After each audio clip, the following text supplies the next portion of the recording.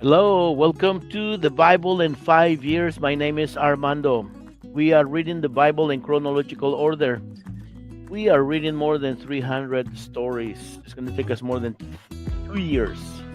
I'm realizing there's probably going to be more than 300 stories. But, anyways, at the end of the reading of the Bible today, I will give the explanation of what this podcast project is about and who are we aiming it to. So let me change the music so we can do our reading of today. All right. Day 235, Worthy and Unworthy Offerings. Leviticus chapter 22nd, from verse 17 on. And the Lord said to Moses, give Aaron and his sons and all the Israelites these instructions, which apply to those who are Israelites by birth as well as to the foreigners living among you. If you offer a whole burnt offering to the Lord, whether to fulfill a vow or as a free will offering, it will be accepted only if it is a male animal with no physical defects. It may be either a bull, a ram, or a male goat. Do not bring an animal with physical defects, because it won't be accepted on your behalf. If you bring a peace offering to the Lord from the herd or flock, whether to fulfill a vow or as a free will offering, you must offer an animal that has no physical defects or of any kind.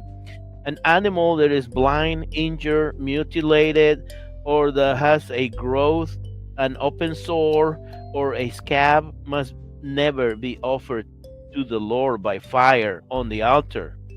If the bull or lamb is deformed or stunned, it may still be offered as a free will offering, but it may not be offered to fulfill a vow. If an animal has damaged testicles or is castrated, it may never be offered to the Lord. You must never accept mutilated or defective animals from foreigners to be offered as a sacrifice to your God. Such animals will not be accepted on your behalf because they are defective. And the Lord said to Moses, when a bull or a ram or a male goat is born, it must be left with its mother for 7 days. From the eighth day on, it will be acceptable as an offering given to the Lord by fire. But you must never slaughter a mother animal and her offspring on the same day, whether from the herd or the flock. When you bring a thanksgiving offering to the Lord, it must be sacrificed properly, so it will be accepted on your behalf.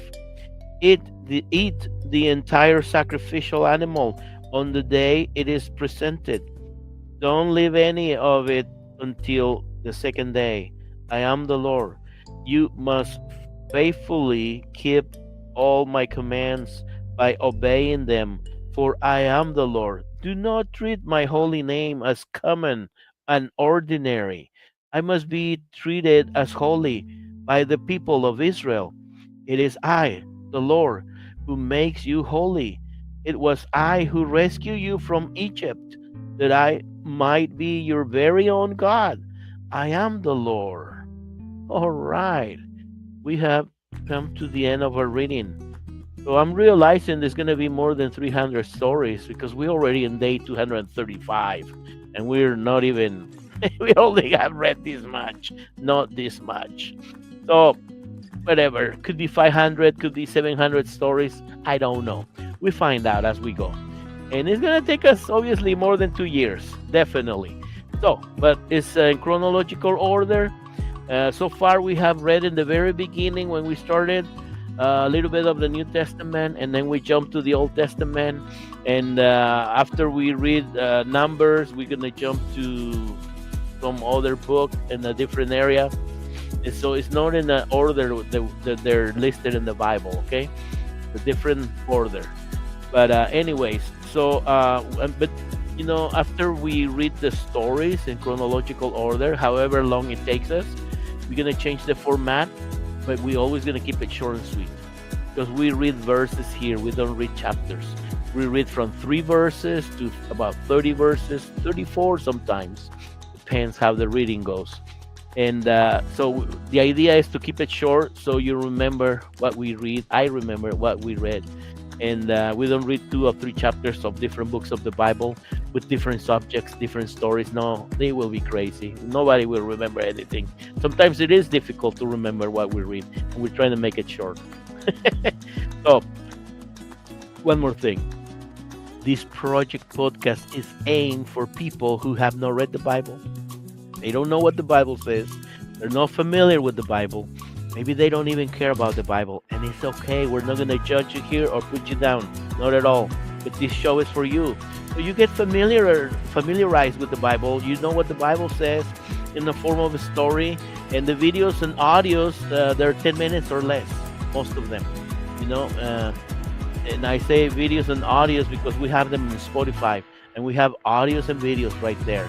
The links below here, the description, we have the links right there for Spotify, Facebook, and YouTube. Facebook, they're deleting the videos every 30 days, and in YouTube, they stay in there forever, hopefully. And YouTube and Spotify, you can go check early readings like day 1, day 2, day 3, 4, 5, all the way up to now. So, but in Facebook, no.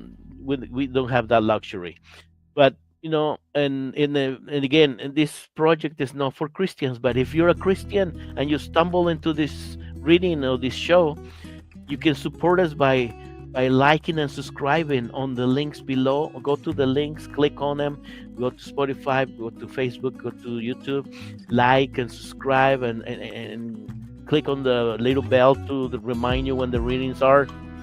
I'm doing my best that I can. We also record them in Spanish, so share them with your friends, with your neighbors, with your enemies, with everybody. But somebody has to do this. Somebody has to read the Bible for people who are not familiarized with the Bible, and not in a churchy way, not in a religious way, not in an uptight way. It's really difficult to find more modern versions of the Bible. And I know there's other ones that are more modern than this, but this one's still easy enough. And so in Spanish, I still use the Reina Valera, which is like almost King James. So anyways, I better stop talking. Let us know where you're listening from or where you're watching from. That will be great to hear from you. And make comments. I mean, I answer. Sometimes I don't have the answer, but at least I respond, to whoever sends anything. If they just throw something that is really odd, I'm like, I don't know what to answer because it's really odd. I'm not going to give my opinion on theological themes or areas or subjects. I don't know. I'm just reading the Bible. Anyways, see you tomorrow. Thank you for watching and listening.